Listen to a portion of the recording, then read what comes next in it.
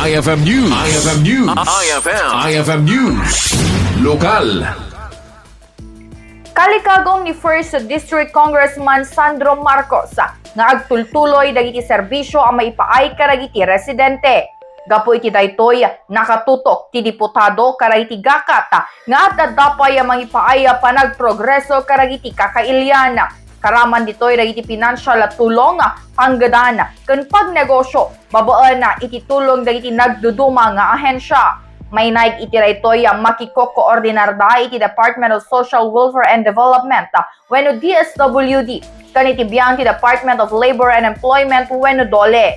May palagip nga iti kalabes ket tallo nga ili kinakaisayang katan ti tupad orientation partikular iti pasukin bakara ken sarat nga umabot iti patagasot 20 dagiti nagbalin a benepisyaryo.